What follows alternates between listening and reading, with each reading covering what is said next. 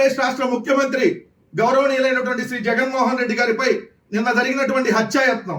ఎందుకంటే చంద్రబాబు నాయుడు అనేటటువంటి పెత్తందారిటువంటి మనస్తత్వం కలిగినటువంటి వ్యక్తి పేదలకి మంచి చేస్తున్నటువంటి జగన్మోహన్ రెడ్డి గారిపై జరిగినటువంటి హత్యాయత్నంగా దీన్ని మనం ఖచ్చితంగా భావించాలి.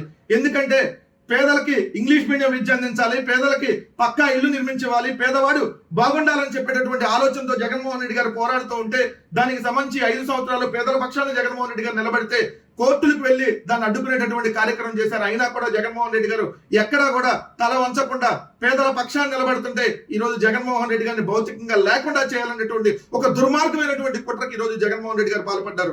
ఈ రోజు చంద్రబాబు నాయుడు వీడియోలో డైరెక్ట్ గా పబ్లిక్ మీటింగ్ లో రాళ్ళు తీసుకొని జగన్మోహన్ రెడ్డి గారిని ఏది దొరికితే తీసుకొని కొట్టమన్నటువంటి వీడియో నేను మీకు ఒకసారి వినిపిస్తాను, దయచేసి వినండి.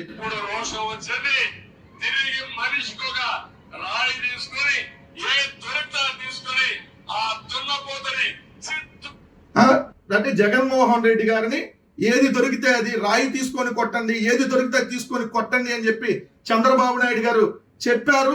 దానిలో భాగంగానే ఈ రోజు ఇది జరిగింది. దీనికి ఖచ్చితంగా ఈ రోజు చంద్రబాబు నాయుడు గారు బాధ్యత వహించాలి. ఎలక్షన్ కమిషన్ కూడా ఈ వీడియోని పరిగణలోకి తీసుకొని చంద్రబాబు నాయుడు గారిని ఎన్నికల్లో పోటీ చేయడానికి అనర్హుడిగా ప్రకటించమని దయచేసి కోరుతా ఉన్నాం. మీకు జగన్మోహన్ రెడ్డి గారికి ఆ దేవుడు ఆశీస్సులు, ప్రజల ఆశీస్సులు ఉన్నాయి కాబట్టి జగన్మోహన్ రెడ్డి గారికి ఏం కాలేదు.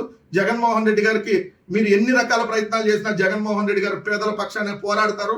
పేదల కోసమే జగన్మోహన్ రెడ్డి గారు జీవితం అంకితం అని మాత్రం మరొకసారి చెప్పదలుచుకున్నాం. పెత్తందారులకి 2024 రేపు మే 13వ తారీఖున జరిగేటటువంటి ఎన్నికల్లో ఆ పెత్తందారులకి చెల్లుమనేటటువంటి తీర్పునివ్వాలని చెప్పి ఆంధ్రప్రదేశ్ రాష్ట్ర ప్రజానికాన్ని కూడా కోరుతా ఉన్నాం.